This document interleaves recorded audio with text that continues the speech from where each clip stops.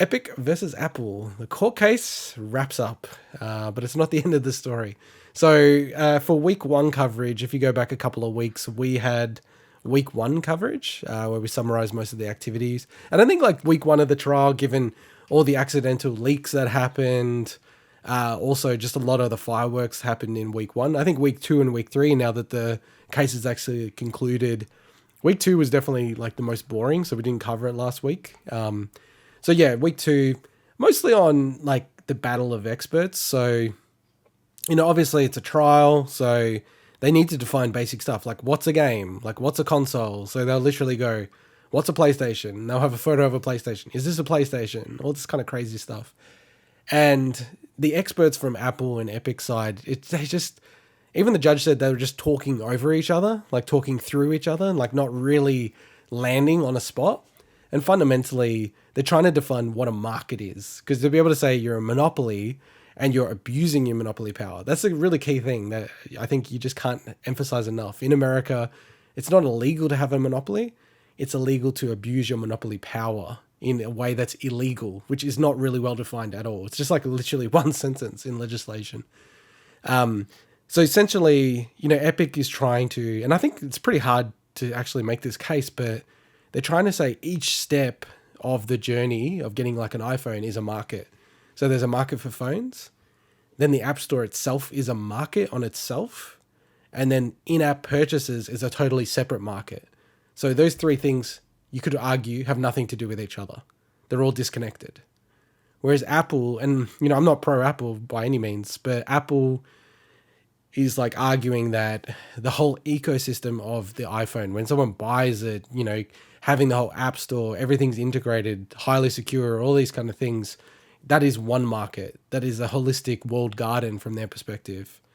And I think like generally from, you listen to the line of questioning from the judge, probably is siding a little bit more on the Apple side of the fence in terms of, where that actually stands. I think from week two, and it went into week three, the one thing that is really interesting for Epic, and I think just taking a huge step back, most people looked at this case and thought, no, Epic has got no chance in hell. They've got the money to go fight the case, but they just won't even come close to winning. I think that opinion has changed a lot. And if there was a betting market around it, like Epic's odds have shortened a hell of a lot, that's for sure. They've made a lot of good points. The judges kind of like lent into what they're saying. And from week two, the judge kept on leaning into this rule. And I've personally experienced this rule as an app developer in the past. And just the way that Apple does things, they have a rule around, you can have, say with Netflix, you can buy a subscription to Netflix on netflix.com. But if you download the Netflix app on iOS, you cannot at any way tell people through the app that they can buy a subscription on the website. And you can't point them out to it. You can't like go click here to get a subscription and jump over to the Netflix site. So it's like anti-steering. And it's part of their rules. And to me, it's always felt, sure, there might be ways that you can do it so it's not so in your face, but that's always felt like a bit of an abuse of their power. And it's not something necessarily that it started with in a way, like when they started the App Store, but became very strong all the way through. Like, because companies were trying to skirt around it or kind of provide hints to customers, but they would like shut it down a lot. And then, you had even questions from the judge on this very topic that just basically said, what's so bad about it anyway for consumers to have a choice? So that's referring to, okay, you can buy the, V-Bucks for Fortnite by clicking that button that pays through Apple, or, click here to buy it through the website. And that mightn't even mean, not necessarily like, hey, it's cheaper if you buy it through the website. It's just, here's an alternative, which Apple doesn't even allow. So I think that's one part of the case that, is quite interesting. I think on the other side, and, Apple made this case very, very well, is that they have not actually changed. So from the start, when they launched the App Store, they always had a 30% commission on apps and in-app purchases. And to really land yourself successfully with antitrust in the US, you have to show that you've abused your monopoly power. Now, how can you really argue that they've abused their monopoly power where they haven't actually changed the commissions? They haven't changed the in-app purchase commissions. They haven't increased it. They haven't done anything like that. So Just on that note, yeah, I could be wrong, but haven't there, in terms of like the market of the actual like the phones themselves, and I guess like the OS spread across like mobile phone owners, haven't they actually lost market share? Hasn't Android grown, I should say, as opposed to them losing it throughout the years anyway? So hasn't that like you could argue the monopoly maybe isn't as big as it used to be? well, it depends on how you look at it, right? So if you're talking about phones, physical phones, Hmm. yes, 100%. Like they've gone from, it was like about 50-50 in America at one point, and they're down to like 20% or 15%, some ballpark like that.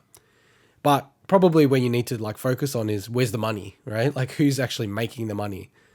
And if you're looking at profit, like Hmm. Apple, if anything, has strengthened its position. It's still like 60, 70, 80% of the mobile phone market in America, Okay. and very, very strong in Australia as well.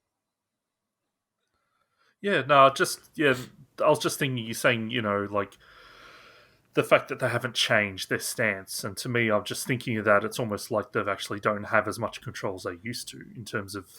the ownership. So, Yeah, yeah, no, that makes sense. And I think just on that point, so there's two key things.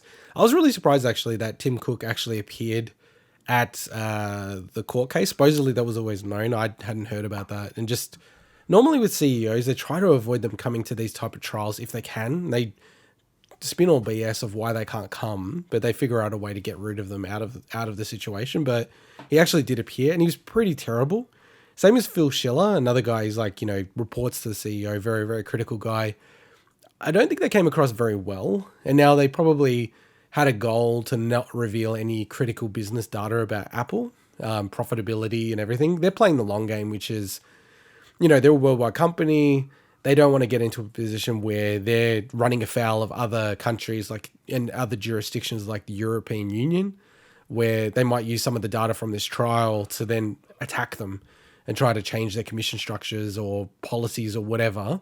So they're playing multiple games when they're appearing at this stuff. But because this is a judge trial, not a jury trial, like the judge will take all the evidence on board and she'll make a determination, not a jury where some of these BS answers might fly. I think it's going to come off very poorly with the judge. And it's kind of bizarre. Like Apple is top three companies in the total, like in the entire world in terms of value. And even the judge directly asked Tim Cook, how profitable is the App Store? And his answer, this is verbatim. He goes, but I have a feel, which is we are. So his whole hmm. statement is like he thinks they're What? profitable. The App Store, he thinks it's He profitable. thinks it's profitable. Like speculation is the margin on the App Store is like maybe 70-80%. People don't actually know, right? But 70-80% margin on a product that is churning over hundreds of billions of dollars. And for him to turn around and say, I've got a feel. He literally says, I have a feel that we are, right? I haven't heard. I didn't hear his statement or like read his statement, Yeah. but is that simply because he didn't want to give wrong figures? Now, I'm No. not defending No, no, no, him, no. but No, definitely not. Because even when they do that kind of stuff in America, the way it works, they can clarify it later and bring financial statements and all that kind of okay, stuff. okay. And in America is very different to Australia, which is I know a lot more about like the legal system here, but in America it's freaking brutal, man. Like I hadn't mentioned it earlier, but with one of the Epic experts, they actually attacked his CV and saying, "Oh, his CV's bullshit," and there's some stuff that he's lied in his CV. And then you pull it apart, and it's like he's maybe embellished it a tiny bit, and I'm really saying a tiny bit, and they've like totally ripped into this guy, and I feel actually bad for him. But yeah, the US is very strange in that way.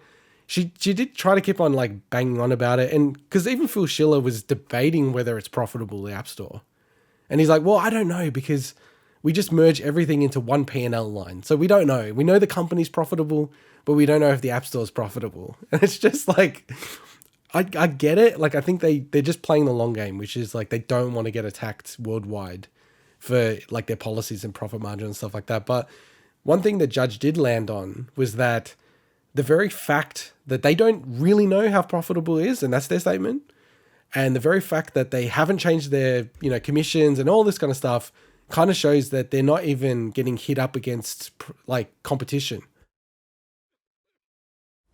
Like the idea that they're so like, ambivalent to everyone else, they don't even need to think about it because there isn't really any competition. Because if there was, they'd have to respond and reduce their rates or, do something more dramatic. But they're not even thinking about it. It's like the idea that they're in such a blessed position that they're just, sitting on the swing, swinging away and going, maybe we're profitable. I have a feeling we are. I think they know. I think they know. Well, they do, Of course they know. Again, this is their statements, right? Yeah, and their actions but are they so- haven't changed the commissions. And historically, they actually said maybe when they get to $1 billion of profitability with the App Store, they start reducing the commissions. And Phil Schiller did say they expected more competition in that space, and it never happened. So their actions of not changing the commissions kind of shows that they're not being, like, there's no competition. Now, like I said from the start, you can be a monopoly in America as long as you're not abusing monopoly power. There's no case with like the Sherman Act. So like that's going to be the really hard thing for Epic. But look, just to wrap it up, like the judge is probably going to take 3 to 4 weeks to come with her verdict. It's kind of crazy, like to understand she's doing like 1,000 cases at any time, which I don't know how that's possible, but that's what they do. These type of judges in America. The other thing is, it's no matter what happens, it will be successfully appealed. There's just no way that something of this magnitude wouldn't sort of, be appealed. So it's kind of weird. She even mentioned from the start of the case that she knows it's going to get appealed successfully. Can I ask? Oh, sorry. Yeah, go on. Just to mention, you said they haven't changed their commission at all. Do you know if did they try to use a defense about the App Store's small business program that they introduced last year? They did. So that's only at the time that the case was kind of like filed. Yeah. And what they said, Tim Cook in his testimony said that,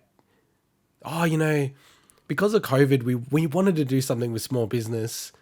And, we had all these lawsuits in the background, but, I think it was COVID that we made that decision. And then the Epic cross-examination was, well, were you not worried about small business for 9 months of COVID? And then you made the decision right before the case started? So, I mean, it doesn't look very good. Yeah, no, thanks. I just wanted to because I haven't really, you are my source of news for this. I'm just putting that out there. So, I know the timing of that whole thing when they dropped it to 30 to 50%. Was it for developers that earn under 1 million sales a year or something? Yeah, so most developers, the majority of developers now, it's like 15%, not 30%. Yeah. And supposedly they had that in the works for 4 years. They were talking about it and how would they change their systems in the back end and stuff like that. So again, if it's been happening that long and they really had that view from COVID, and given, like Apple had the view that COVID wasn't going to be an overnight thing, why wouldn't they have announced that a month or 2 months into the whole the COVID pandemic? It seems very, very coincidental. It just happened when they had so much pressure worldwide about the regs. And yeah, just like to close it out, so like I said, no matter what the decision, they're going to appeal it.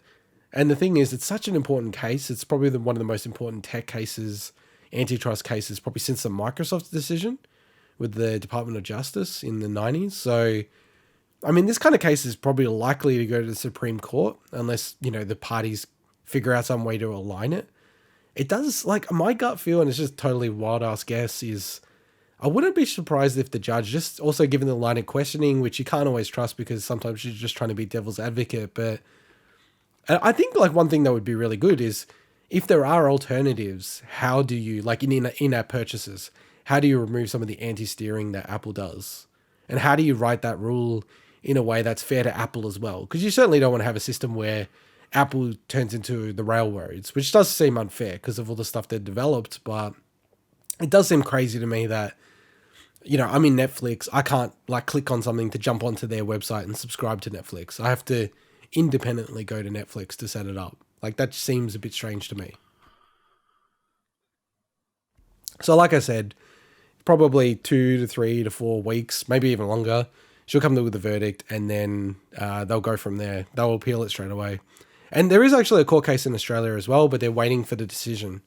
But I don't know what the decision's going to be, because it literally could take years to resolve. So yeah, it's going to be really interesting what the Australians do as well, because they've held off until the verdict comes through for this case. So I'm not sure if they just kick it off there, depending on how it lands. But yeah, it's pretty interesting. So we'll look back on this when the verdict comes out. I mean, if it's a slam dunk for Apple, I don't know. The judges in America are pretty conservative, so I doubt that they'd push it a lot harder if it comes out to be a slam dunk for Apple. If Epic gets some wins there, that's a bit different. All right, let's get into our next story.